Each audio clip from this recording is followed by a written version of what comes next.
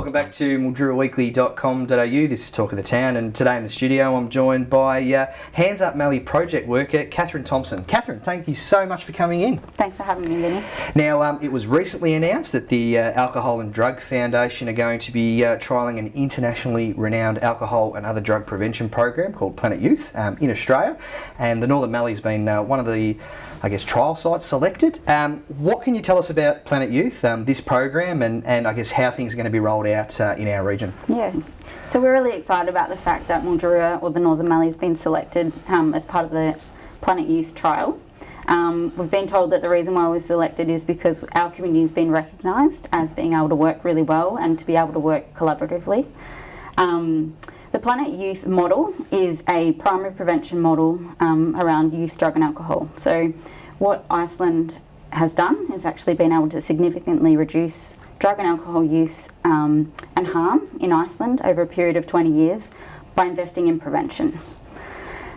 Some really big numbers from what we've seen. Yeah. You mentioned Iceland, which is where this has originated from. I think we're talking almost... jumping down from double digits down to single digit in some of these categories. Absolutely, I think it's around from 45% in some areas down to 5%. Yeah, absolutely. Amazing results. Yeah. So in terms of the opportunity, I guess, to host it in our area, what's that going to look like, and how long is the trial going to run? So for us, the trial will be 2 years, which is pretty short term when it comes to primary prevention and looking at that long-term impact. But for us, the 2 years will give us the chance to get some initial data. So there'll be a survey that's run with our local Year 10 students, understanding what their experiences are and finding out a little bit more about what the situation is for them right now. Yep. That's the first step in the process. Then what we'll do is come together as a community to identify where our biggest opportunities for positive change here to really increase those protective factors for young people. So anticipating this might lead to youth workshops, in-house schooling, educational programs, volunteers type stuff. Where do you think this might lead?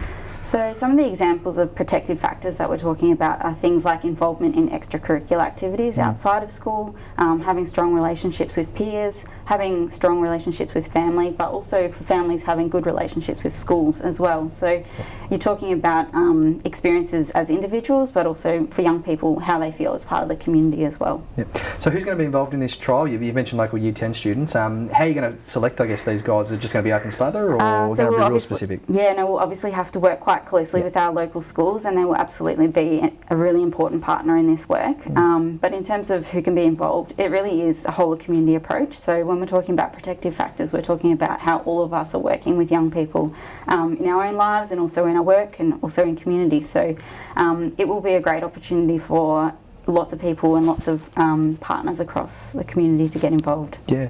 I believe you had the chance to attend a recent training session with Planet Youth in Melbourne. I think they were down for an ADF conference of some variety. What can you tell us about that experience and what was covered? It was such a fantastic experience getting to sit down and hear about the work that's been done over the last 20 years and what's contributed to those incredible results. We actually spent quite a lot of time sharing stories about our local community with the Planet Youth team because it is a model, so it will be adapted for different cultural contexts, which Australia absolutely will be, and Mildura, again, unique to the other trial sites. So they wanted to learn more about us and what's happening in our community and how best to adapt that model for our community. How many participants do you think you'll have go through the program in the 2 year period? So it's not participants as such, it's really what we'll be doing is gathering data, then we'll be bringing that data back, or those findings back to community, identifying the key focus areas or where we should be really putting in our attention and working on projects around that area. Fantastic. Any particular goals at this stage? I mean, do we have a starting date when all this might start coming into effect? So we're hoping that the surveys with students will kick off around October, with the Planet Youth expected to come to present the findings in February next year, and then straight into planning from that. Fantastic. Catherine, thank you so much for coming in. Really appreciate you taking the time to have a chat. You're welcome. Be sure to tune back into MilduraWeekly.com.au for more videos, and be sure to grab a copy of the Mildura Weekly to see more with Catherine Thompson and the Planet Youth program.